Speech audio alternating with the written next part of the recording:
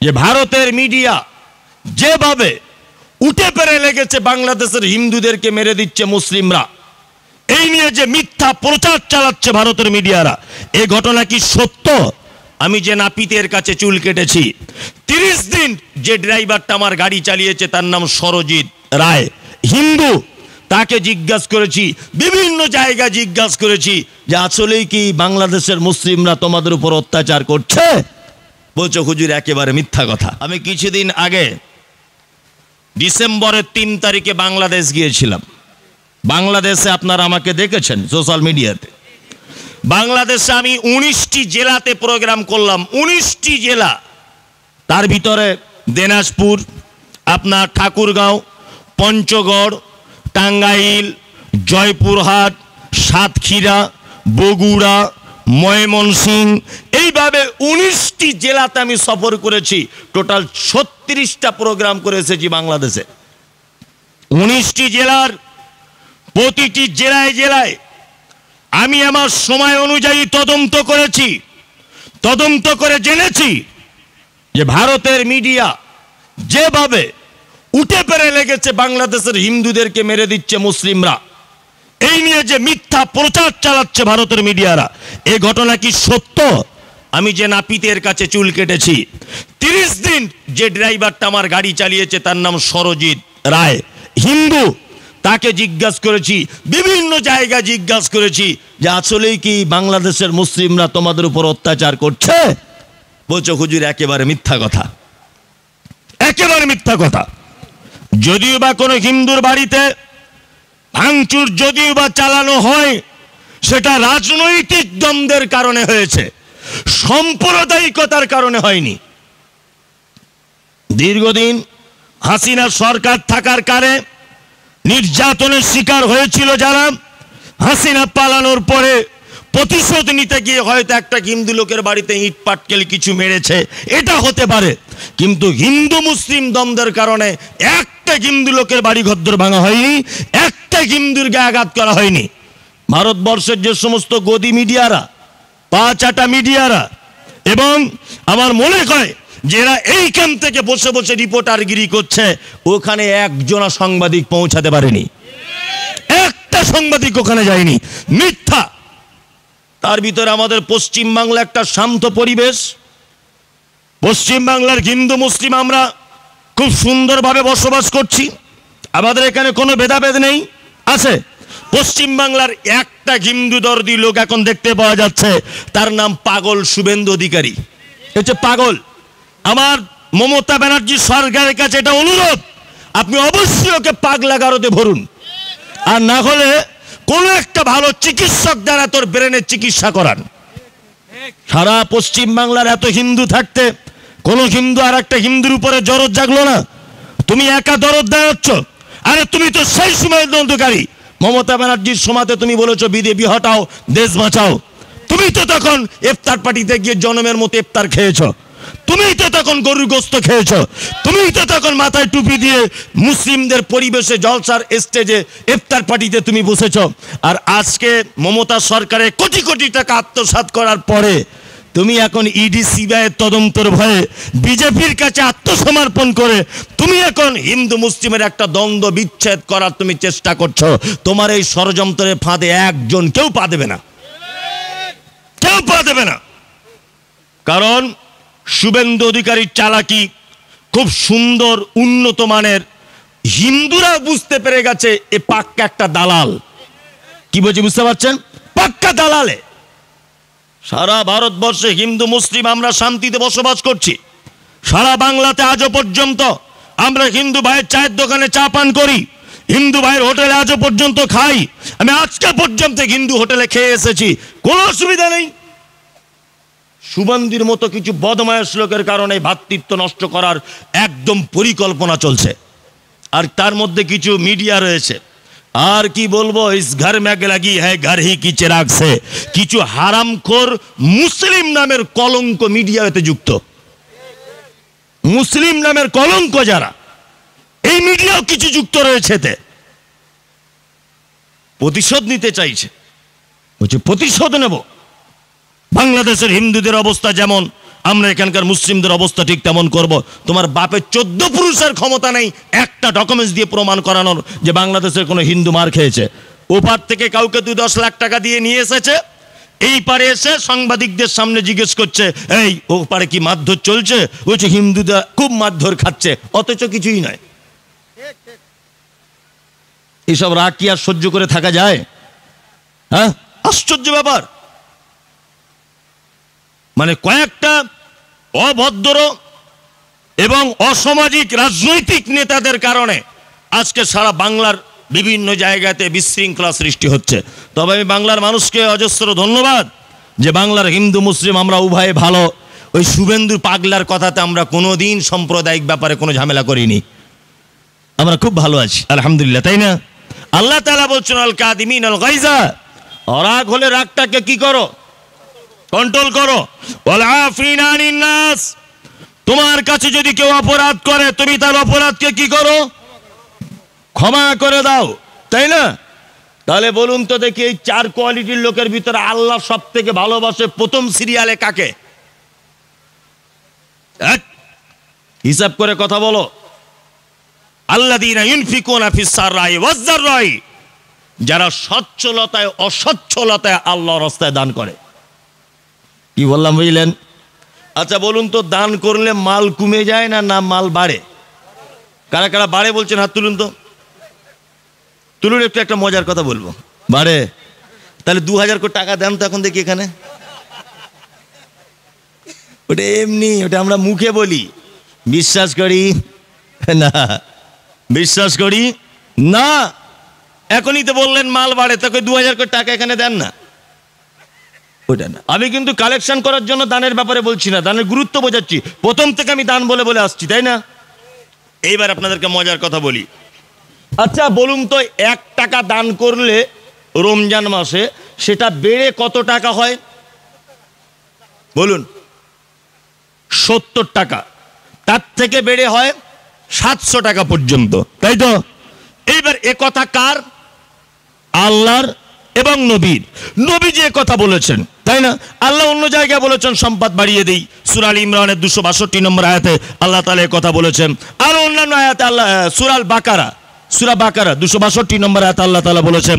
আর অন্যান্য আয়াতগুলিতে অনেক রয়েছে।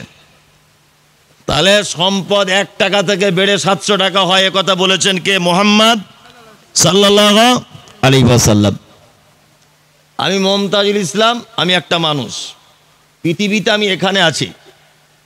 আমার মৃত্যু পর্যন্ত আল্লাহর পক্ষ থেকে বরাদ্দ করা হয়েছে যে 4 কোটি টাকা তোর সারা জীবনের জলসা হোক আর ব্যবসা হোক আর চুরি হোক, যাই হোক, তোর আমি 4 কোটি টাকা বরাদ্দ করে দিলাম। 4 কোটির 1 টাকা বেশি ইনকাম করতে পারবি না। এটা আল্লাহ বরাদ্দ করে কি করে না? করে। আচ্ছা বলুন, এবার আমি যদি 1000 টাকা দান করে দিই রমজান মাসে, তাই তো? তাহলে বলুন তো ওটা কত হাজার টাকা বেড়ে হলো? 700,000 টাকা। এটা আল্লাহ নবী বলেছেন, বলেছেন না বলেননি? তাহলে যদি আমি 10,000 টাকা দান করে দিই, আল্লাহু আকবার, 7 কোটি টাকা। কত? 7 কোটি টাকা বেড়ে হলো, তাই না? তাহলে বলুন তো, দান করলে সম্পদ বাড়লো না কমলো? বাড়লো। এ কথা বলেছেন কে? মুহাম্মদ সাল্লাল্লাহু আলাইহি ওয়াসাল্লাম। আল্লাহু আকবার। কিন্তু আমরা এত বড় বোকা, আমরা এগুলো বুঝতে চাই না, চাই না। আপনাদেরকে এবার মজার মজার কয়েকটা হাদিস শোনাই, খুব মজা লাগবে শুনতে। দেখুন, 1, আমরা নামাজে একটা দোয়া করি না? কি দোয়া? ইহদিনাস সিরাতাল মুস্তাকিম সিরাতাল্লাযীনা আন'আমতা আলাইহিম গায়রিল মাগযুবি আলাইহিম ওয়ালাদ-দাল্লিন। দোয়া করি না? করি। ইহদিনাস সিরাতাল মুস্তাকিম, আল্লাহ তুমি আমাদেরকে সোজা পথ দেখাও, যে পথ চলে গেছে জান্নাত পর্যন্ত। সিরাতাল্লাযীনা আন'আমতা আলাইহিম, আর তুমি তাদের পথ আমাদেরকে দেখাও যাদেরকে তুমি পুরস্কারিত করেছ, যাদের উপরে তুমি খুশি হয়েছ, যাদেরকে তুমি প্রাইজ দিয়েছ। আল্লাহ তুমি তাদের পথের পথিক করো। দোয়া করি কি করি না? করি করি। এইবার একটা কথা আপনাকে বলি, আচ্ছা পুরস্কারিত হয়েছে কারা জানা আছে? আনআমাল্লাহু আলাইহিম মিনান নাবিয়িনা ওয়াস-সিদ্দীকিনা ওয়াশ-শুহাদা'i ওয়াস-সালিহিন। আল্লাহ বলছে পৃথিবীতে 4 কোয়ালিটির লোককে আমি সফলতা দিয়েছি। প্রাইজ প্রাপ্ত তারা কারা? নবীগণ, 2 সাহাবীগণ, 3 শহীদগণ, 4 সালেহিন সৎকর্মশীলগণ। তাই তো? তাহলে আমরা দোয়া করে করে করে করে কি সাহাবীদের মতো হতে পারবো? আমি লেখাপড়া জানি না, এক কলমও জানি না, না আমার মা দোয়া করছে রব্বানা আতিনা, আল্লাহ আমার ছেলেকে বুনিয়াদপুর হাই স্কুলে হেডমাস্টার করে দাও। আমি লেখাপড়া জানি না, পচা মূর্খ। আচ্ছা বলুন তো এই দোয়া জীবনে কবুল হবে? হ্যাঁ, আমার মায়ের কোন দোয়াটা কবুল হবে? আমি চাকরির পরীক্ষা দিয়েছি, একটুখানির জন্য আটকে আছে। আমার মা তখন যদি দোয়া করে যা রব্বানা আতিনা, আল্লাহ আমার ছেলে পরীক্ষা দিয়েছে, আমার ছেলেকে তুমি যেমন হোক করে চাকরির ব্যবস্থা করে দাও, এই সময় মায়ের দোয়া কবুল হয়ে হয়তো চাকরিটা লেগে যেতে পারে। কিন্তু পচা মূর্খের জন্য তো এই দোয়া কাজ হবে না, হবে হবে না। তাহলে আমরা যদি সারা জীবন দোয়া করি আল্লাহ তাদের পথের পথিক করো যাদেরকে তুমি প্রাইজ দিয়েছো, আল্লাহ তাদের পথের পথিক করো যাদেরকে তুমি প্রাইজ দিয়েছো, এই দোয়া করে এসে মসজিদের বারান্দায় বিড়ি ধরিয়ে টানচার বাড়ি চলে এলো, জীবনে এদের দলে আসা যাবে? যাবে যাবে না। তাহলে করা কি লাগবে? তারা যেভাবে চলেছে আমাদেরকে সেভাবে চলতে হবে। একটু আগে আপনাকে পরীক্ষা করলাম, দান করলে টাকা বাড়ে না কমে? আপনি বললেন বাড়ে। আর এই মাত্র আপনাকে বলেছি তাহলে এখানে 2000 টাকা দেন তো, তখন এরকম করে আছেন। এটা আপনার পরীক্ষা, এটা আপনার কি পরীক্ষা? এই দেখুন সাহাবীদের ভিতরে জান্নাতের লোভ কেমন, লোভ জান্নাতের কেমন। আল্লাহ নবী সাল্লাল্লাহু আলাইহি ওয়াসাল্লাম তাবুকের যুদ্ধের ডাক দিলেন। যুদ্ধের ডাক দেওয়ার পরে আল্লাহ রাসূল সাল্লাল্লাহু আলাইহি ওয়াসাল্লাম মাল চাইলেন, তোমরা কিছু মাল দাও। হযরত উসমান গনি রাদিয়াল্লাহু তাআলা আনহু 1000 স্বর্ণ মুদ্রা নিয়ে আল্লাহর নবীর কাছে চাদর থেকে বার করে দিয়ে বলছেন, আল্লাহর নবী এই 1000 স্বর্ণ মুদ্রা আমি তাবুকের জন্য বরাদ্দ করলাম। স্বর্ণ মুদ্রা মানে স্বর্ণের 1 টাকার কয়েন, 1000 কয়েন। এই কয়েন যদি ওজন যদি করা হয় তাহলে 4 কেজি 446 গ্রাম পর্যন্ত ওজন আসতে পারে। বর্তমান মূল্য যদি কষা হয় 4 কেজি 446 গ্রাম সোনার দাম কত? তখনকার দিনে হযরত উসমান একবারও ভাবেননি যে আমি কত টাকা দিচ্ছি, আল্লাহ রাস্তায় দিতে হবে, এ কথাই ঠিক, দিয়ে দিলেন। চলুন মুসলিমরা মক্কা ত্যাগ করে অত্যাচার সহ্য করতে না পেরে মদিনায় হিজরত করেছে মুসলিমরা। এখন আনসার মুহাজির উভয় পক্ষ বিপদে, পানি নাই, খাবারও নাই, মদিনাতে খুব সংকট, তাই না? আল্লাহ রাসূল সাল্লাল্লাহু আলাইহি ওয়াসাল্লামের সাহাবীরা একটি কূপের সন্ধান পেলেন, যে কূপের মালিক ছিল একজন ইহুদি। এই ইহুদি মালিকের কাছ থেকে মুসলিমরা পয়সা দিয়ে দিয়ে পানি কিনে কিনে ওযু করছে, পানি পান করছে। আল্লাহ রাসূল বুঝতে পারলেন এটা কষ্টকর ব্যাপার, হযরত উসমান বুঝতে পারলেন এটা কষ্টকর ব্যাপার। হযরত উসমান আস্তে আস্তে খোঁজ নিয়ে নিয়ে ওই কূপের মালিককে গিয়ে বলছেন, এই কূপের মালিক, তুমি কি তোমার পানির কূপ বিক্রি করবে? হ্যাঁ, বলছে না, বিক্রি করব না। তখন হযরত উসমান বলছেন অর্ধেক বিক্রি করুন, অর্ধেকটা বিক্রি করুন। কূপের মালিক তখন বলছে হ্যাঁ অর্ধেক বিক্রি করতে পারি। অর্ধেক বিক্রি করেছে হযরত উসমান, অর্ধেক কিনে নিয়েছে। হযরত উসমান এখন ফ্রিতে পানি দিচ্ছেন। এখন যখন ফ্রিতে হযরত উসমান পানি দিচ্ছেন তখন ওর ব্যবসাতে তো শেষ। ও তখন বিরক্ত হয়ে বলছে, উসমান এটাও যেটা আছে বিক্রি করে দিব। তো বলছে কত? ও তখন 35 টাকার মাল দাম চাইছে 35,000 দিরহাম। কূপের মালিক যখনই দাম বলেছে হযরত উসমান 35,000 দিরহাম বার করে দিয়ে বলছে, এই নাও মালিক, তোমার 35,000 দিরহাম, আজ থেকে 1450-1500 বছর আগের 35,000 দিরহাম 2025 সালে যদি কনভার্ট করা হয় তাহলে ওই টাকাটা হবে 8,05,000 টাকার মতো। সুবহানাল্লাহ। হযরত উসমান কূপ কিনলেন, কূপটির নাম হচ্ছে বীরে রুমা। হযরত উসমান আল্লাহর নবীর কাছে এলেন, এসে বলছেন, আল্লাহর নবী, আমি এই কূপ ক্রয় করেছি, আর আমি কূপ আমার জন্য ক্রয় করিনি, মুসলিম ইমামদারদের জন্য ক্রয় করেছি। আপনি চাইলে এখন থেকে এই কূপের পানি যে কোনো ইচ্ছা আপনি ব্যবহার করতে পারেন, আমি আল্লাহ রাস্তায় ওয়াকফ করে দিলাম। সুবহানাল্লাহ। কেমন দানি, হ্যাঁ, কেমন দানি। এমনি তাদের জায়গাতে পৌঁছানো যাবে না। এই দেখুন আর একটা চমৎকার কথা আপনাদেরকে বলি। একটা বাচ্চা ছেলে, সাহাবীদের কত লোভ। একটা বাচ্চা ছেলে আল্লাহর নবীকে এসে বলছেন, আল্লাহর নবী, আমি একজন এতিম, অসহায়, দুস্থ বাচ্চা, আমার একটা খাজুরের বাগান আছে, আমার বাগানের পাশে আরেকটা লোকের আরেকটা বাগান আছে। যখন ঝোড়ো হাওয়া হয় ওর বাগানের পানি আমার বাগানে আসে, আমার পানি ওর দিকে যায়, ওর খেজুর আমার দিকে আসে, আমার খাজুর ওর দিকে যায়, এই নিয়ে সমস্যা তৈরি হয়। আল্লাহর নবী, আমি চিন্তা ভাবনা করেছি যদি দুটো বাগানের মাঝখান থেকে এরকম একটা প্রাচীর যদি দেওয়া হয়, এই প্রাচীরটা দিলে কেমন হয়। আল্লাহ রাসূল বলছেন, তাহলে তাই করো। এতিম বাচ্চা অসহায়, প্রাচীরটা দিচ্ছেন, দিতে দিতে একটা খাজুর গাছ ঠিক এইভাবে লেগেছে। মজার ঘটনা শুনুন।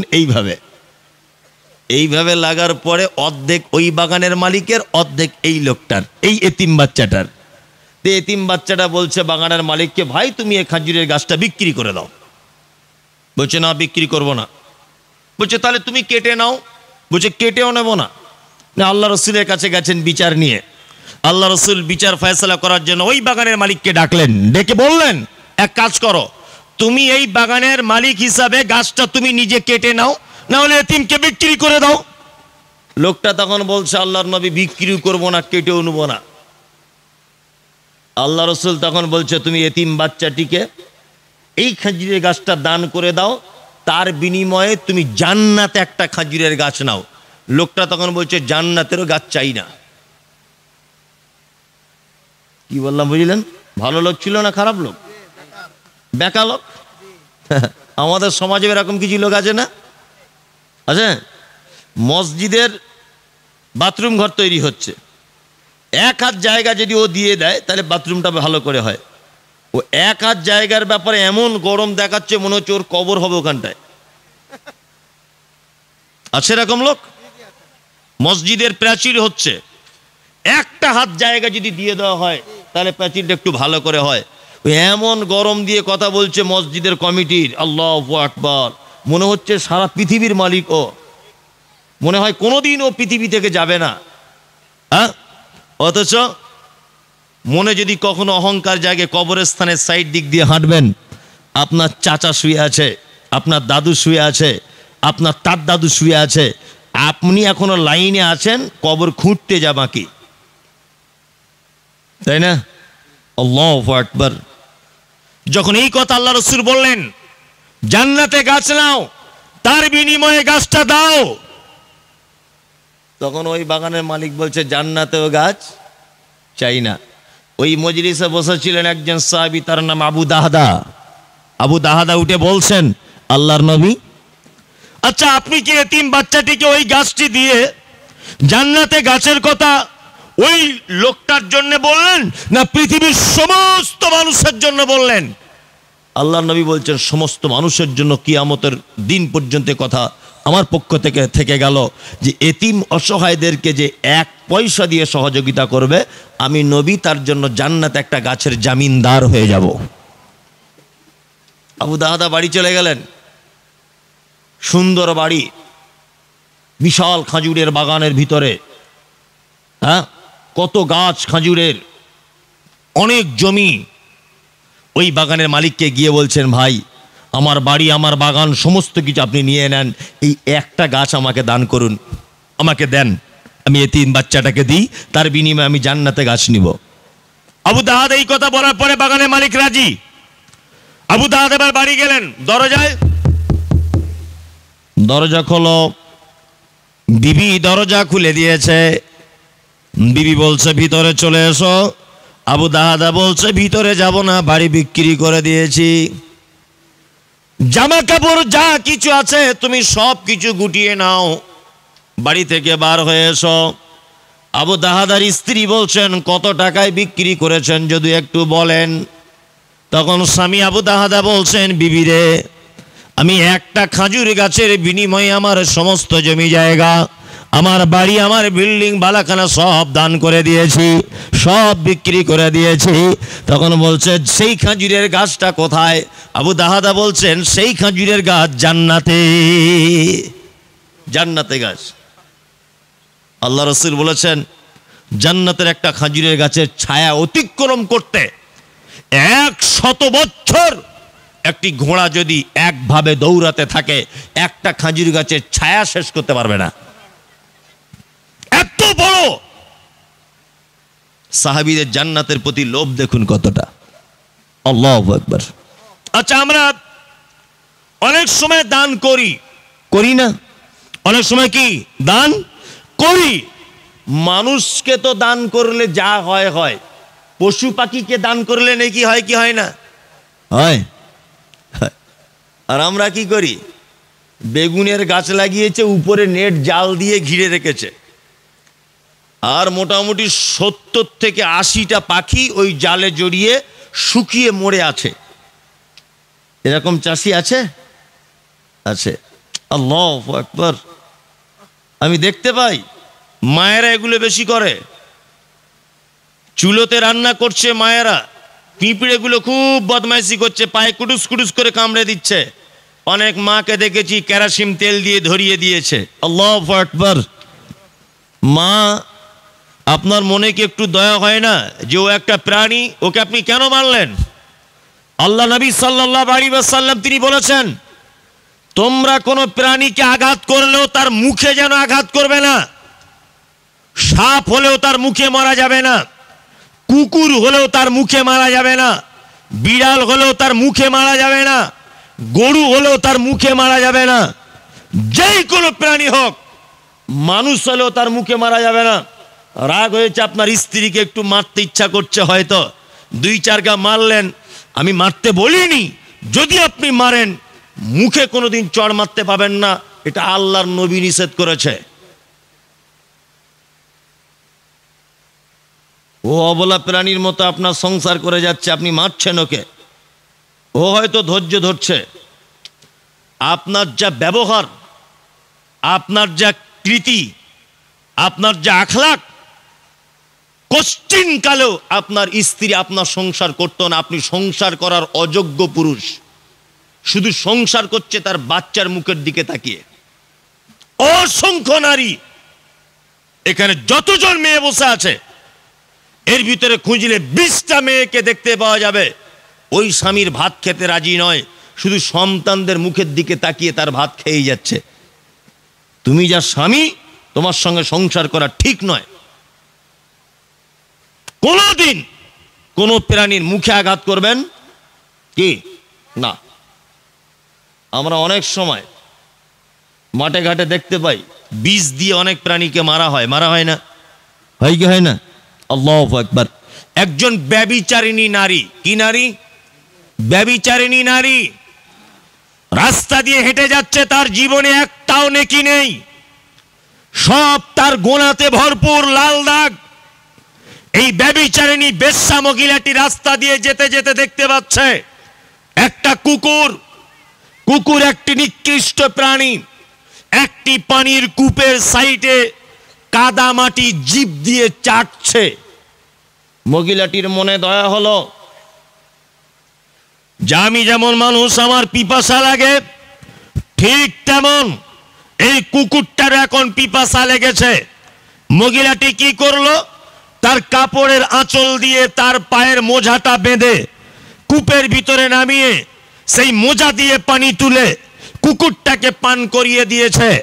আল্লাহর নবী বলছেন কুকুরটাকে এক ফোঁটা পানি পান করানোর কারণে ওই বেশ্যা ব্যভিচারিণী নারী, দেহ ব্যবসায়িক নারীর জীবনের সমস্ত পাপ আল্লাহ তাআলা ক্ষমা করে দিয়েছে। কুকুরকে পানি পান করালে যদি ব্যভিচারিণী নারী তার পাপের সব যদি ক্ষমা পায়, বলুন এবার মানুষের ভিতরে শ্রেষ্ঠকে? পৃথিবীতে যত প্রাণী সব থেকে শ্রেষ্ঠকে? মানুষ। আবার এই মানুষের মধ্যে সব থেকে শ্রেষ্ঠকে? খায়রুকুম মান তাআল্লামাল কোরআন ওয়া আল্লামাহু, যারা কোরআন শেখে আর কে অপরকে শেখায়। কুকুর একটা নিকৃষ্ট প্রাণী, তাকে যদি পানি পান করিয়ে যদি জান্নাত পেয়ে যায় যৌন বিক্রিতা মানে একজন নারী, তাহলে পৃথিবীর শ্রেষ্ঠ প্রাণীকে যদি আপনি খেতে দেন, বলুন তো আপনার জন্য জান্নাত আছে না নেই? আছে। ওই জন্য তো আপনাকে বলি। আচ্ছা বলুন তো, আগে যে বেগুন চাষ হতো, এখন ওই বেগুন হচ্ছে কি হয় না? আগে যতটা সার, আগে যতটা তেল বিষ প্রয়োগ করতে হতো, এখন বেশি হচ্ছে না কম? বেশি। আগে জমিতে যে ধান হতো, এখন সেই ধান হচ্ছে না তার থেকে বেশি হচ্ছে? বেশি। আচ্ছা পোকামাকড় বেশি নষ্ট করছে আগের থেকে না কম? বেশি, তাই না? সার বেশি লাগছে না কম? বেশি। একই জিনিস এখন খরচা বেশি, আগে খরচা কম ছিল, তাই না? তার মানে বোঝা যাচ্ছে যে আগেকার মানুষ ওষুধ বুঝে দিত, মাল হেফাজত করত কে? আল্লাহ। এখন বান্দা ওষুধ দিতে ভুলে গেছে। আল্লাহ বলছে এমন পোকা আবিষ্কার করে দিয়েছি তোমার ধানের 12:30 বাজিয়ে দিবে, এমন পোকা পাঠিয়ে দেব মাঠে তোমার ফসল নষ্ট করে শেষ করে দিবে, তাই না? ওই জন্য আপনাদেরকে বলি, এখানে যত মানুষ আছেন আপনারা চাষি মানুষ তো, হ্যাঁ? ধানের ওষুধ দিয়েছেন একটা লোক, বলুন তো আমি দিয়েছি? দুজন দিয়েছে, 3 জন 4 জন, মানে বেশিরভাগ লোক দেয়নি, নিজের ওষুধ নিজে খেয়েছে। এই 1 বছর আপনি যদি ওই চালের ভাত খান, 1 রেকাত নামাজ কবুল হবে না। 1 রেকাত নামাজ মসজিদের ছাদের উপরে উঠবে না। অত সহজ? আপনি মালের ওষুধ দিলেন না ধানের, আপনার জমিতে ভালো ভুট্টা চাষ করেছেন, পাশের গরিব মানুষ তাকে 2 কেজি দিলেন না? গাছে ভালো পেঁপে হয়েছে আপনার গাছে, একটা পেঁপে নিয়ে একটা গরিব মানুষকে দিলেন না? দান এবং সাদকা উঠে গেছে বলে রুজির সংকট দেখা দিয়েছে, দান এবং সাদকা উঠে গেছে বলে আজকে আমাদের ফসলে এত ক্ষতি দেখা দিয়েছে, দান এবং সাদকা উঠে গেছে বলে আজকে মানুষের রোগ এত বৃদ্ধি পেয়েছে। তার একটাই কারণ, আমরা নফল সাদকা করি না। তাই আগে ক্যান্সার ছিল, সুগার ছিল, থাইরয়েড ছিল, এগুলো কোন রোগ ছিল আগে? আগেকার মানুষ লবণ আর লঙ্কা দিয়ে ভিজে ভাত খেয়েছে, সারা দিন সুস্থভাবে কাটিয়ে দিয়েছে, বেঁচেছে তারা 100 বছর, 95-96 বছর বেঁচে ছিল। কোন অসুখ বিসুখ কিছু দেখেছেন?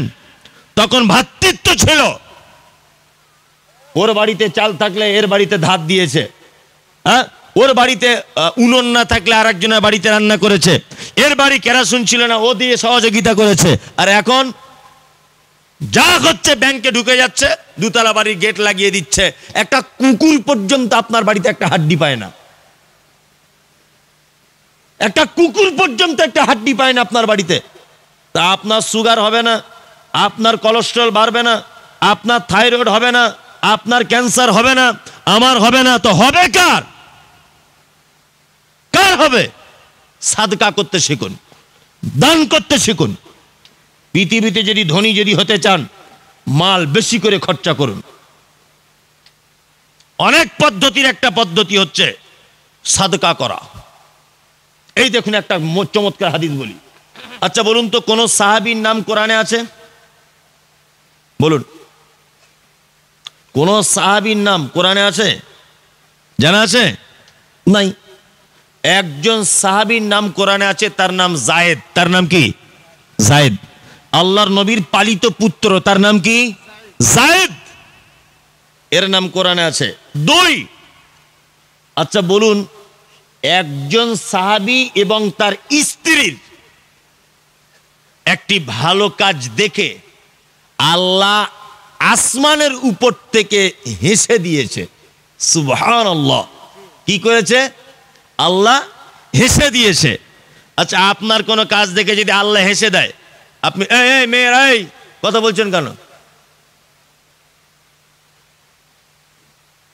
একটা কথা বলবেন না। আমি কি লোটো গান করছি নাকি তো তোমায় হাসতে হবে? একটা কথা বলবেন না। মা বেটি যারাই বসে আছেন চুপচাপ মেরে বসুন। ভালো না লাগে আপনি চলে যান আস্তে আস্তে, কোনো সমস্যা নেই, কথা বলবেন না। আমি একটা কোন হাদিসের বাইরে কথা বলছি না। শুনুন, একটা কথা আপনাকে বলি।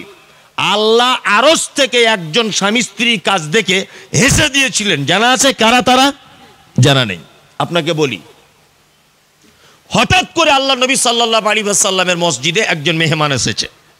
একজন মেহমান।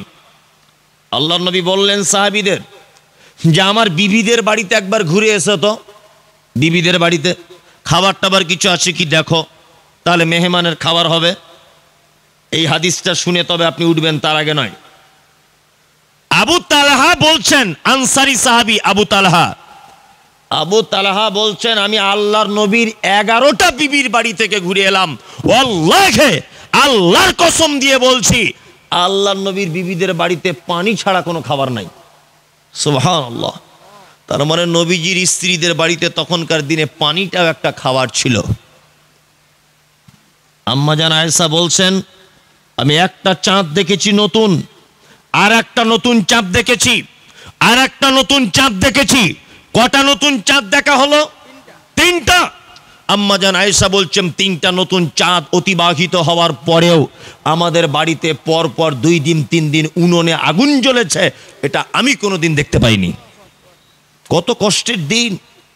অথচ তখন আল্লাহ নবী সাল্লাল্লাহু আলাইহি ওয়াসাল্লাম তিনি ছিলেন মদিনার রাষ্ট্রপ্রধান, মদিনার মুখ্যমন্ত্রী। তিনি নেতার 11 জন স্ত্রী বাড়িতে পানি ছাড়া কোনো খাবার নাই। মানে আমাদের নেতাদের মতো আর কি, তাই তো। আগে আন্ডার প্যান্ট পরে ঘুরতো গো, কেউ চিনতো না।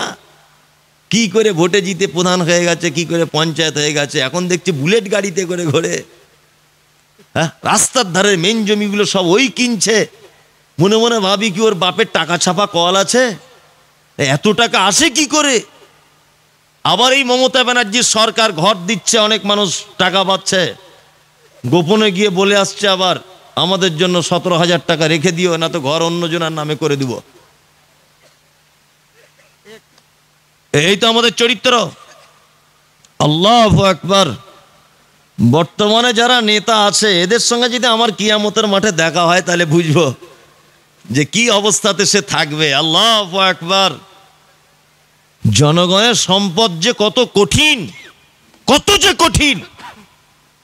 মুহাম্মদ সাল্লাল্লাহু আলাইহি ওয়াসাল্লাম নেতা হলেন, মদিনায় এসে উঁচু জায়গাতে বক্তব্য রাখতে গিয়ে বলছেন, মান তারাকা দাইনান আও জিয়ান ফারিয়া, এই বিধবারা, এই এতিম, এই অসহায়, এই দুস্থ, এই তোমরা যারা বিপদের সম্মুখে আছো, তোমরা শোনো, আমি মুহাম্মদ সাল্লাল্লাহু আলাইহি ওয়াসাল্লাম আজকে মদিনার নেতা, দায়িত্ব পালন করছি।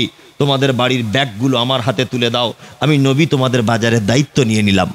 সুবহানাল্লাহ। কেমন নেতার চরিত্র। 11 জন বিবির বাড়ি থেকে ঘুরে এলেন। ঘুরে আসার পরে যখন আবু তালহা বলছেন যে আপনার বাড়ির একটা বিবির বাড়িতেও কোনো খাবার নাই, তখন আল্লাহ নবী সাল্লাল্লাহু আলাইহি ওয়াসাল্লাম ভরা মজলিসে সাহাবীদের দিকে আঙুল তুলে দিয়ে বলছেন, এই তোমাদের ভিতরে কেউ আছো যে আজকে মেহমানের মেহমানদারি করাবে? কেউ আছো? আনসারী সাহাবী আবু তালহা হাত তুলে দিয়ে বলছেন, লাব্বাইক আল্লাহর নবী, আমি প্রস্তুত রয়েছি, আমি প্রস্তুত রয়েছি আল্লাহর নবী, আমি মেহমানকে বাড়িতে নিয়ে যাব। আল্লাহ রাসূল বলছেন, যাও, আল্লাহ তোমার মালে বরকত দিবে, আল্লাহ তোমার খাজুরে বরকত দিবে, আল্লাহ তোমার পানির কূপে বরকত দিবে, যাও তুমি মেহমান নিয়ে চলে যাও। আবু তালহা মেহমান নিয়ে গেলেন দরজায়, স্ত্রী দরজা খুলে দিলেন। দরজা খুলে দেওয়ার পরে আবু তালহা বলছেন, সঙ্গে মেহমান রয়েছে, রাতের বেলা। তখন স্ত্রী বলছেন, আল্লাহর কসম যার হাতে আমার প্রাণ, আমাদের বাড়িতে 2টি বাচ্চা ছেলের মতো খাবার আছে, আর কোনো খাবার নাই। সুবহানাল্লাহ। দুটি বাচ্চা ছেলের খাবার কতটা? 100 গ্রাম আটা হতে পারে, 200 গ্রাম আটা, আর হালকা একটু সবজি তরকারি কিছু আছে, এছাড়া কোনো খাবার নাই।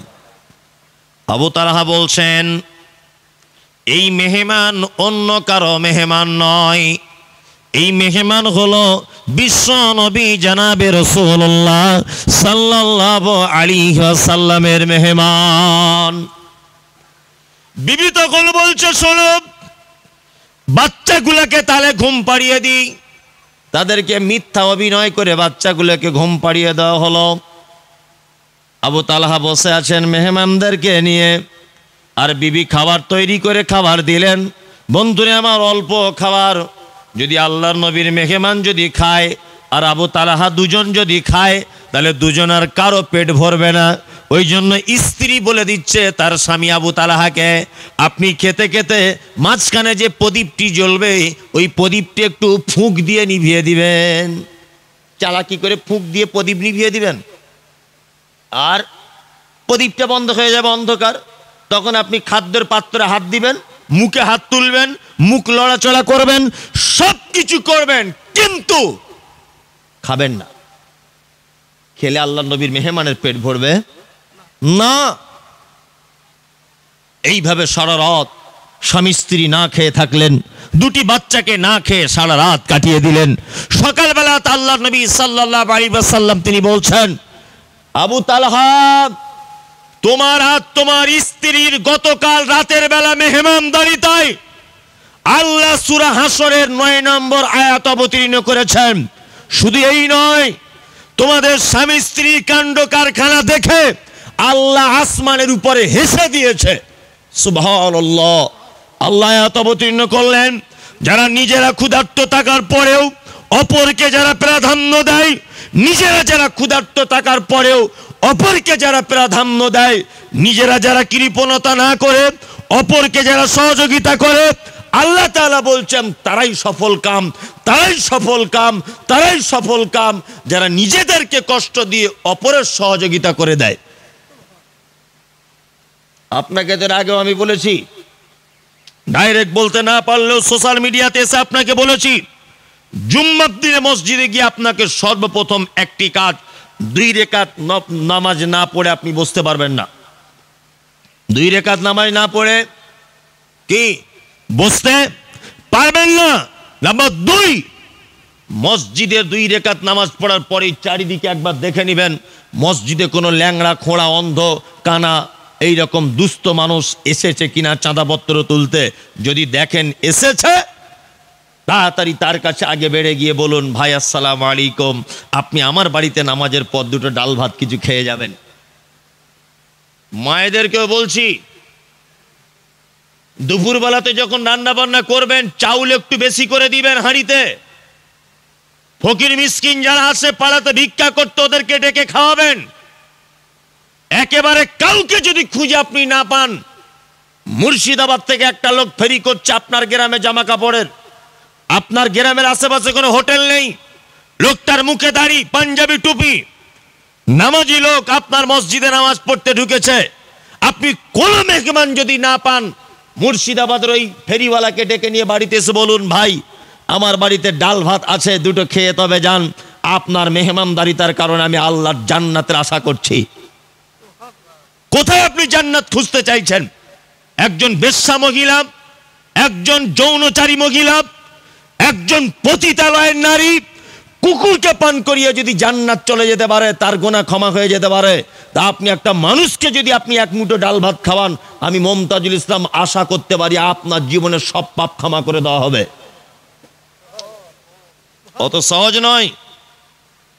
পাপ যদি ক্ষমা করতে চান, আল্লাহর কাছে যদি প্রিয় যদি হতে চান, আপনার কাছে বিনীত অনুরোধ, আপনি দান করা শিখুন, দান করা শিখুন, সাদকা করা শিখুন। মুহাম্মদ সাল্লাল্লাহু আলাইহি ওয়াসাল্লাম পৃথিবী থেকে যেদিন চলে গিয়েছিলেন, দিনটির নাম কি? কি বার ছিল?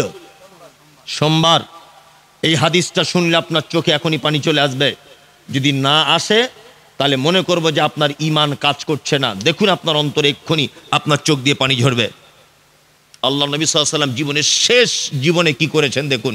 মায়েরা ভালো করে শুনবেন, আল্লাহ নবী সাল্লাল্লাহু আলাইহি ওয়াসাল্লাম সোমবারে মারা গেলেন, তার আগের বৃহস্পতিবারের দিন তিনি অসুখে পড়েছিলেন। আল্লাহ নবী সাল্লাল্লাহু আলাইহি ওয়াসাল্লাম জীবনের শেষ নামাজ জামাত ইমামতি করেছিলেন এশার নামাজ। কোন নামাজ? এশার নামাজ।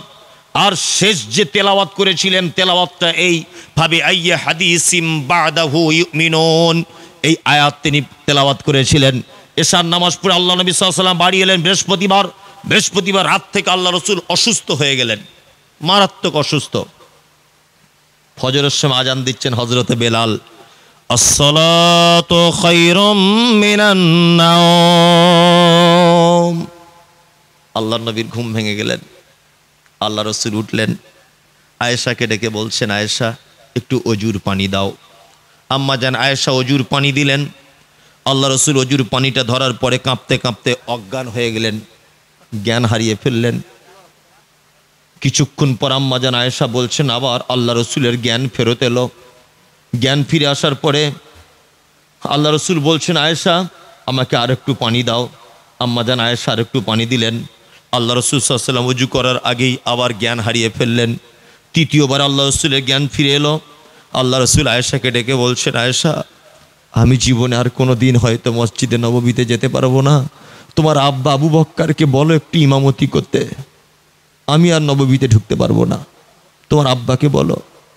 আম্মা জান আয়েশা তখন বলছেন, আল্লাহ রসুল আপনার তো পালা এখন আমার কাছে, আপনি আমার কাছে রাত্রি আছেন, এখন আপনি যদি আমার আব্বাকে ইমামতি করার কথা বলেন তাহলে আপনার অন্য স্ত্রীরা রাগ করতে পারে, তা আপনি অন্য কাউকে বলুন।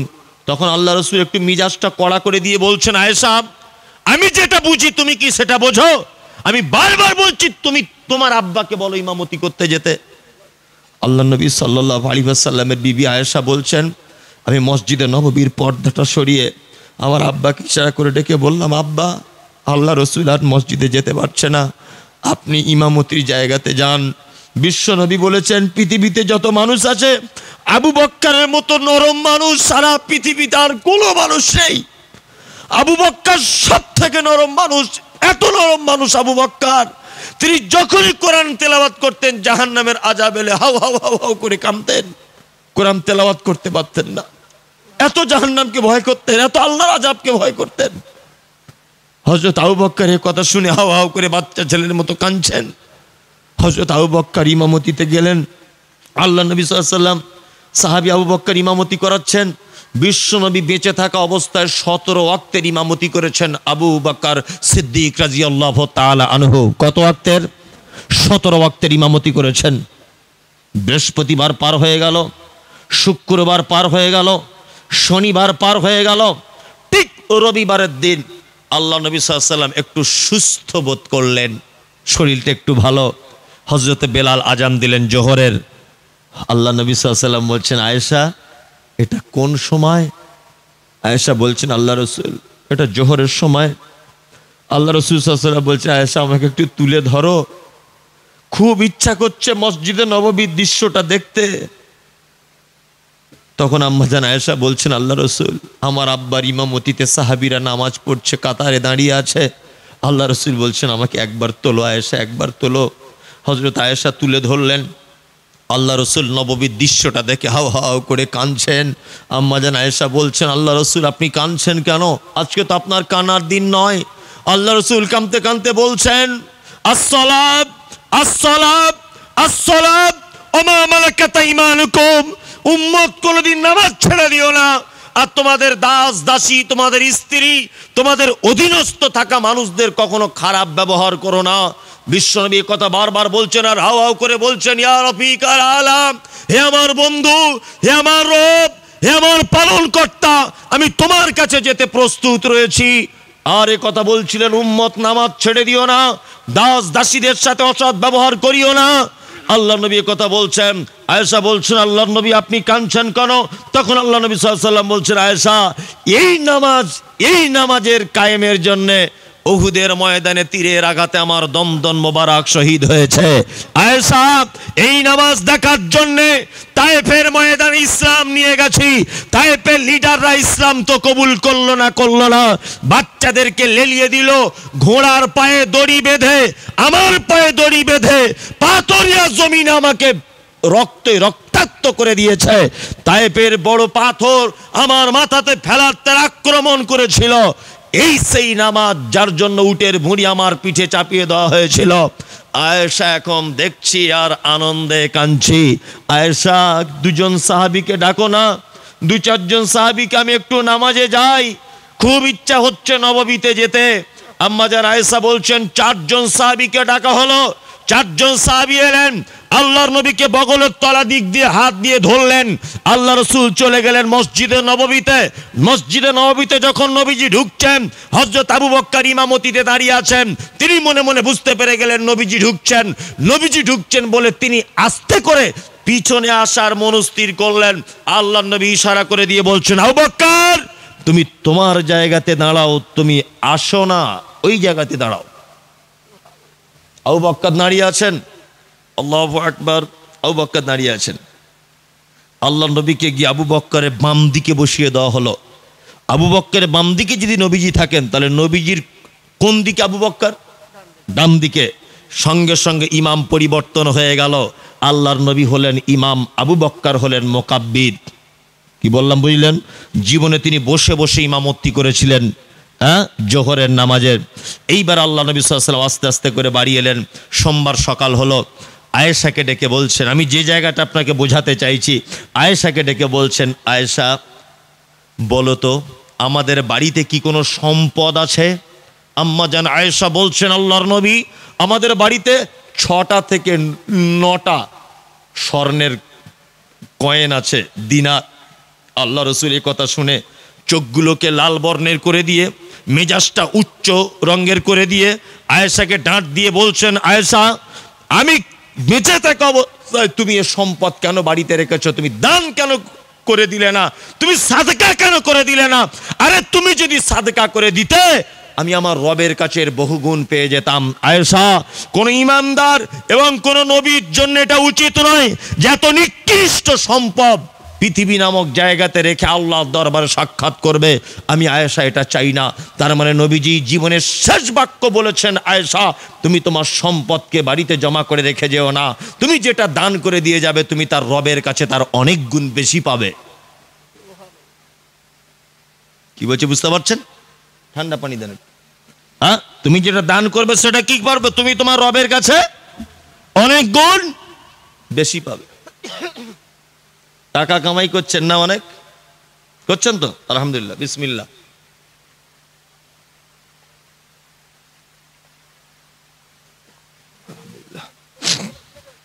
ঠিক আছে, ঠিক আছে। এই একটা কথা বলি, টাকা তো অনেক কামাই করছেন, আলহামদুলিল্লাহ, করুন, কোনো সমস্যা নেই। পৃথিবী কেমন জায়গা এটা কি আপনাকে একটু দেখাবো? আমি পৃথিবী কেমন জায়গাটা দেখাবো। ওই চাচাজি, আপনি এখানে আসুন তো, ওই লাল টুপি পরে আছেন, আপনি এখানে আসুন, 1 মিনিট আসুন। আপনাকে আমি পৃথিবী দেখাচ্ছি আপনাকে, যে এর নাম পৃথিবী। আসুন, কিছু বলবো না, আসুন। কেউ হাসবেন না, মারাত্মক জ্ঞান আছে এটা থেকে। আপনি আমার আব্বার থেকেও বয়স্ক মানুষ। আমি আল্লাহর কসম বলছি, বাপ, আপনাকে আমি অপমান করার জন্য ডাকিনি, আল্লাহর কসম। আপনাকে দিয়ে আমি সবাইকে একটা শিক্ষা দিতে চাইছি, আপনি রাগ করবেন না তো? আপনার বয়স কত? 66। এরা 70-এর কাছাকাছি। 66 বছর বয়স। আপনার আব্বা বেঁচে আছে? আব্বা মারা গেছে কত বছর আগে? 7 বছর আগে। 7 বছর আগে ওনার আব্বা মারা গেছে। আপনি কি মাঝে সাঝে আপনার আব্বার কবর দেখতে যান, কবরস্থানে? সত্যিটা বলুন, যান না? না। এর নাম পৃথিবী। এর নাম কি? পৃথিবী। ওনার আব্বা সারা জীবন ইনকাম করেছে বেটার ভবিষ্যতের জন্য, সারা জীবন রাত দিন একাকার করে দিয়েছে এই বেটা কি করে ভালো করে ডাল ভাত খাবে দুটো, তাই না? সেই বাপ আজ চলে গেল। বেটার 7 বছরের টাইম হলো না তার বাপের কবরটার কাছে গিয়ে একবার বলা যে, আল্লাহ, তুমি আমার আব্বাকে একটু ক্ষমা করে দাও। এর নাম কি? পৃথিবী। এই লোকটা মারা যাক, একটা বেটাও ওনার কবরটা একবারও দেখতে যাবে না, গিয়ে বলবেন, আব্বা, তুমি আমাদের জন্য কত কি করেছো, আব্বা, তোমার কথা খুব মনে পড়েছে তাই কবরে এসেছি। একটা বেটাও এ কাজ করবে না। তার মানে আপনাকে এনাকে দিয়ে বোঝাতে চাইলাম যে আপনি মারা যাবার পরে আপনার কবরটা পর্যন্ত আপনার বেটারা ভুলে যাবে, কোন কবরটা আমার আব্বার এটা পর্যন্ত ভুলে যাবে। ওই জন্য আপনি বেঁচে থাকা অবস্থায় বেশি বেশি করে দান সাদকা করে যান। আপনি মারা যাবার পরে আপনার বেটা যে আপনার জন্য কিছু করবে এটা আপনি মুছে দেন, মন থেকে মুছে দেন। আপনি আজকে মরে যান, আপনার 4 বেটা কাল সকালে মারামারি লেগে যাবে কোন জমিটাকে ভাগ করবে। একটা বেটাও বলবে না যে আব্বার জন্য 2 শতকটা মসজিদ আগে দান কর, মাদ্রাসা আগে দান কর, তারপরে জমি ভাগ কর। একটা বেটা বলবে না। যান গিয়ে বসুন। কোন বেটা বলবে? বলবে না। ওই জন্য বলছি ভাই, বেঁচে থাকা অবস্থায় বেশি বেশি করে নফল দান এবং নফল সাদকা কে করবেন? ইনশাল্লাহ করব, ইনশাল্লাহ।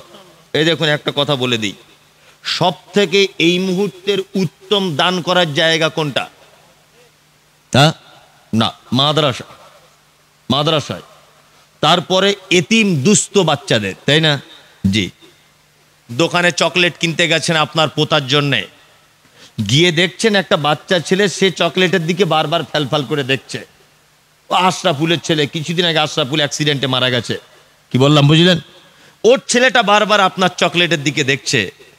আপনার পয়সা আছে বলে আপনি আপনার বেটাকে 20 টাকা চকলেট কিনে দিলেন, কিন্তু আশরাফুল তো বেঁচে নেই, ওর বাচ্চাটা এতিম বাচ্চা, তাই না? আল্লাহু আকবার। আপনার বেটার চকলেটের থেকে একটা চকলেট যদি বার করে ওর হাতে যদি আপনি দিয়ে দেন, নবীজি বলেছেন জান্নাতে তোমার জন্য একটা খাজুরের গাছ দান করা হবে। আর ওই খাজুরের গাছটা কত বড় জানো? একটা ঘোড়াকে যদি সব থেকে বেশি স্পিডে যদি ছুটিয়ে দেওয়া হয়, ওই গাছের ছায়াটা পার করতে টাইম লাগবে 100 বছর। সুবহানাল্লাহ। ওই জন্যে এতিম, অসহায়, মিসকিন, ফকির এদেরকে অবহেলা করবেন না। আপনার স্ত্রীকে খুব কড়া করে বলে রাখবেন বাড়িতে, আমাদের বাড়িতে একটা লোক যেন কেউ ফেরত না যায়। তুমি নিজে খাবে না তবুও ভালো, আমার বেটিকে দিবে না তবুও ভালো, আমার বেটাকে দিবে না তবুও ভালো, ফকির মিসকিন যেন আমাদের বাড়ি থেকে না খেয়ে যেন কেউ না ফেরত যায়। এটা আপনার স্ত্রীকে বলে দেবেন ইনশাল্লাহ, ইনশাল্লাহ। বিশেষ করে জুম্মার দিনে রেডি থাকবেন, কোনো আলেম ওলামা মসজিদে এসেছে কিনা, কোনো দুস্থ মানুষ এসেছে কিনা, তাড়াতাড়ি করে বাড়িতে ডেকে এনে ডাল ভাত যা খাওয়াবেন তাকে খাইয়ে দেবেন, নিজে বসে যত্ন করে খাওয়াবেন, বিনিময় জান্নাত। তার মানে এতক্ষণ পর্যন্ত আপনাকে দানের ব্যাপারে আমি যা কিছু বলেছি, জান্নাতে যদি যেতে চান, জাহান্নাম থেকে বাঁচতে যদি চান, দান ছাড়া বিকল্প কোনো রাস্তা নাই, কোনো রাস্তা নেই। যারা এখানে বসে আছেন, নবীজিকে কেউ দেখেছেন? কিয়ামতের দিনে যেন দেখা হয় এই আশা কারো আছে? আছে, সবারই আছে, তাই না? যে এমনি দেখা করা যাবে? যাবে না। ঘুষ দিয়ে চলবে না, পার্টির নেতা ধরেও চলবে না, কোনো ফর্ম ফিল আপ করেও চলবে না, কারুর সুপারিশ চলবে না। চলবে? চলবে না। তাহলে নবীর সঙ্গে দেখা হবে কি করে? আম্মা জান আয়েশা হাদিস বর্ণনা করেছেন, হাদিস বর্ণনাকারিণী আয়েশা কোন বিবি নবীজিকে করিলেন জিজ্ঞাসা, ওগো নবী তব সাথে দেখা হবে কার? নবী বলে দুনিয়াতে হাত লম্বা যার। মা আয়েশা বলে এ কথা যখন শুনিলাম কানেতে, কাটো খণ্ড লয়ে হাত লাগিলাম মাপিতে, দেখিলাম বিবি সাউদার হাত লম্বা বলি, আমার মুখেতে ওগো পড়ে গেল কালি। হাত লম্বার অর্থ পরে পারিলাম বুঝিতে, দান ধন যারা করে এই দুনিয়াতে, তারে পরে জয়নাব এসে নবীজিকে কয়, কেন জয়নাব আল্লাহ রাস্তায় বেশি করে ক্ষয়? এ গ্রামের মানুষ শুনুন হাদিসটি বুখারীর, জয়নাবে আনন্দ আর আয়েশার মুখ ভারী।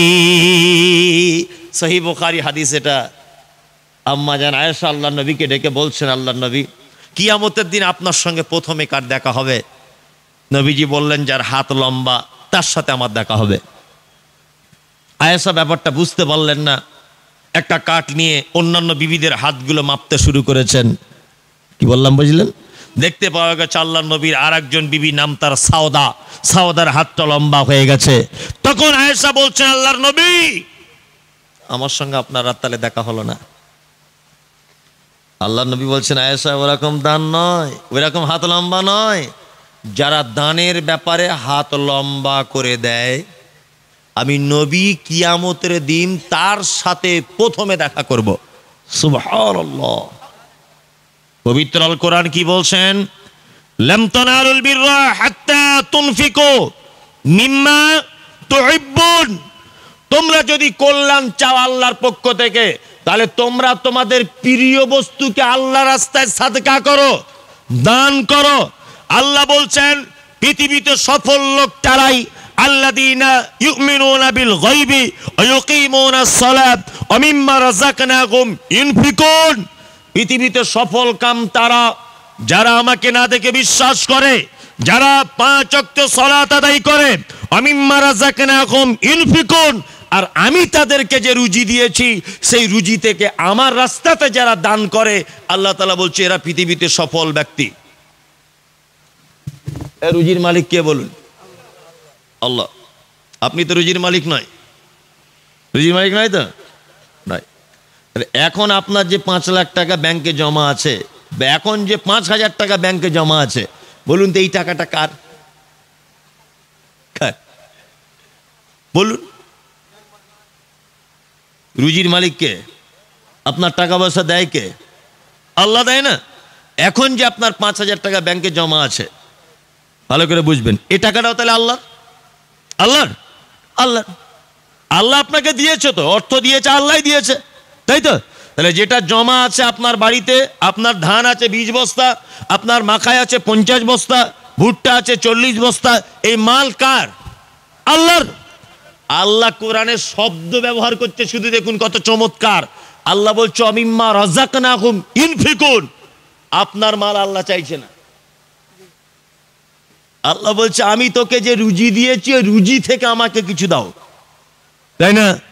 এটা মাদ্রাসা, লোক তো চলে শীতকাল, মাদ্রাসা না মসজিদের? মসজিদের, তাই না? মক্তব আছে, আচ্ছা মক্তব আছে। তাহলে আপনারা এবারে আপনার আল্লাহ যে সম্পদ দিয়েছে তার থেকে কিছু আপনি আল্লাহর রাস্তায় ব্যয় করুন, মক্তবের জন্য করুন। 12টা বেজে গেছে, আমি 400 কিলোমিটার গাড়িতে বসে বসে এসেছি, লম্বা লোক তো, পাগুলো সব যন্ত্রণা, মানে কোমর পিঠে সব যন্ত্রণা হয়। কলকাতা এখান থেকে কম রাস্তা, 9 ঘন্টা গাড়িতে বসে বসে এসেছি, আবার এখানে বকছি, আবার আমাকে 9 ঘন্টা এখান থেকে যেতে হবে। বুঝতে পারছেন? আল্লাহ, মানে আমি আর মানুষ নেই, কি যে আল্লাহ হাকিম জানে। তারপরেও দেখতে পাই তো প্রতিদিন প্রোগ্রাম, কোনো ক্লান্তও নেই। এটা আল্লাহর পক্ষ থেকে। আপনি হলে একদিন সফর করার পরে 4 দিন ঘুমাতে হতো, আর প্যারাসিটামল ওষুধ 1 পাতা খেতে হতো গায়ের ব্যথা মারার জন্যে। আমাদের সব কোনো ব্যাপারই নয়। রাত বেরাত কত সরু গলি রাস্তা দিয়ে ঘুরছি, চোর ডাকাত হাবি যাবি, আর আমার তো শত্রুর শেষ নাই। পীর ফকিররা তো সাংঘাতিক ব্যাপার, ওসব তো কথা আজ বলিনি কিছু, হ্যাঁ ওইসব তো আছেই। তারপরও আপনাদের কাছে অনুরোধ, এতক্ষণ দানের ব্যাপারে খুব গুরুত্বপূর্ণ আপনাদের কাছে কথা রেখেছি আমি, এবার আপনাদেরকে বলছি, সেটা হচ্ছে আপনারা কিছু আল্লাহর রাস্তায় 10-20 টাকা হলেও মসজিদের মক্তবের জন্য একটু খরচা করুন। মেহবুব মোল্লা ফেসবুক থেকে 50 টাকা পাঠিয়েছে। আল্লাহুম্মা সাল্লি আলাইহি আল্লাহুম্মা বারিক আলাইহি। আপনারা কেউ দেওয়ার মতো নেই তাহলে টাকা পয়সা? আরে 500 টাকা দেন আপনি আল্লাহর রাস্তায়। এতক্ষণ দানের বক্তব্য দিলাম, আপনার তবুও মন গলল না? আল্লাহু আকবার। এই তাহলে আমল হলো এই হাদিসে, এই আমল। আল্লাহু আকবার। অনন্তপুর থেকে আশিকুল ইসলাম 1000 টাকা। জি, কি বলছে? আসসালামু আলাইকুম শাইখ, মানুষ মারা গেলে 3 দিন বা 40 দিন খাওয়াকে ইসলাম কতটা সাপোর্ট করে দয়া করে জানাবেন। জি, একজন প্রশ্ন করেছেন, মানুষ মারা গেলে 40 দিন 3 দিন খাওয়া যাবে কি না বা করা যাবে কি না। সর্বপ্রথম আমাদেরকে বুঝতে হবে সুন্নতি পদ্ধতি কি। সুন্নতের পদ্ধতি হচ্ছে এই, যে বাড়িতে মারা যাবে সেই বাড়িতে 3 দিন পর্যন্ত উনুন জ্বালাতে দেওয়া যাবে না। তাদের উনুন জ্বালাতে দিবে না কারা? পাড়া প্রতিবেশীরা। তার বাড়ির আশেপাশের লোকেরা 3 দিন রান্না করে তাদেরকে খাওয়াবে, তাই না? তা 3 দিন যদি রান্না করে তাদেরকে খাওয়ানোর কথা হয়, তা 3 দিনের দিন ওদের বাড়িতে যারা খাবে ওরা ঠিক করবে না ভুল করবে? আপনারা বলুন। হ্যাঁ, ভুল। আচ্ছা, মানুষ মারা গেলে কাউকে খাদ্য খাওয়ালে মৃত মানুষ নেকি পায় না, সাদকায়ে জারিয়া করলে নেকি পায়। ওই মৃত মানুষের নামে যদি আপনি 2টো পাকা কিনে দেন, 1 কুইন্টাল রড কিনে দেন, মাদ্রাসায় ছাদ ঢালাই দিয়ে দেন, কোথাও কূপের ব্যবস্থা করে দেন, তাহলে ওই মৃত মানুষ কবরে শুয়ে শুয়ে নেকি পাবে। 40 করা, 3 দিন করা, এই সমস্ত কাজ করা বিদআত। এবং মানুষের ভিতরে কিছু মানুষকে দেখেছি এরা আবার হারাম খেয়ে খেয়ে এত অভ্যস্ত, মরা মানুষের নামেও বিরিয়ানি করে খাচ্ছে 40 দিনের দিন। এর লজ্জা শরমও থাকা দরকার। যারা খাচ্ছে তাদের লজ্জা শরম নাই। মানে ছোট লোক অনেক কোয়ালিটির হয়। আশ্চর্য ব্যাপার, মানুষ মানুষকে খাওয়া দাওয়া করায় কখন?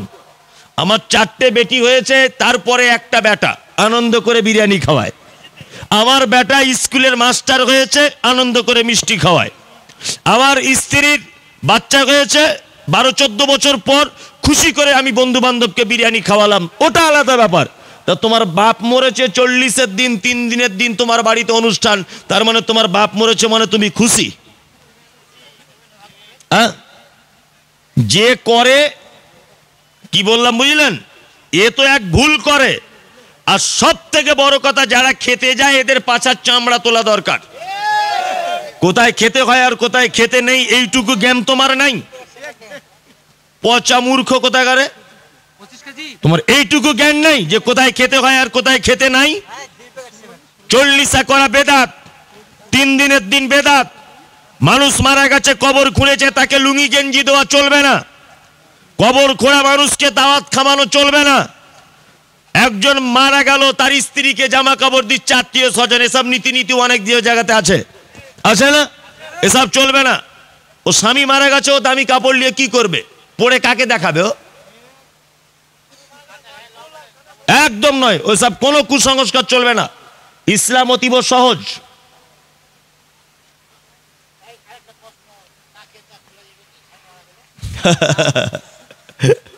নাকের খুলে কি করবে?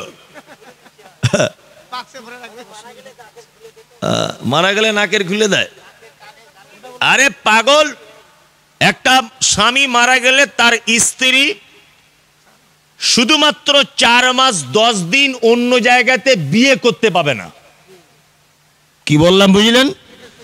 নাকের পরে, গায়ে হলুদ দিয়ে, ভালো জামা কাপড় পরে বউ হয়ে অন্য কারুর স্ত্রী হতে পারবে না 4 মাস 10 দিন। কি বললাম বুঝলেন? তাছাড়া আমাদের পাড়া গ্রামে যা আছে, বোন হাতে চুড়ি ভেঙে ফেল, তা নাকের গুলো খুলে ফেল, লোকে দেখলে কি বলবে, সাদা শাড়ি পরে ঘোর, এগুলো মেয়ে ছেলেদের হাদিস। কি বললাম বুঝলেন? এগুলো মেয়ে ছেলেদের হাদিস, এছাড়া আর কিছু নয়। আচ্ছা, মোহরানা, এই মোহরানা দিয়ে তবে বিয়ে করতে হবে। মোহরানা দিয়ে বিয়ে করতে হবে। হ্যাঁ, মেয়ের বাপের কাছ থেকে 1 লাখ টাকা নিতে তখন লজ্জা করে না, আর মোহরানা দিতে লজ্জা করে? একদম নয়, মোহরানা দিয়ে তবে বিয়ে করবেন। মোহরানার টাকা জোগাড় হয়নি, বিয়ে করতে হবে না। টাকা জোগাড় করবে তবে বিয়ে করবে। কি বললাম বুঝলেন? টাকা জোগাড় করবেন।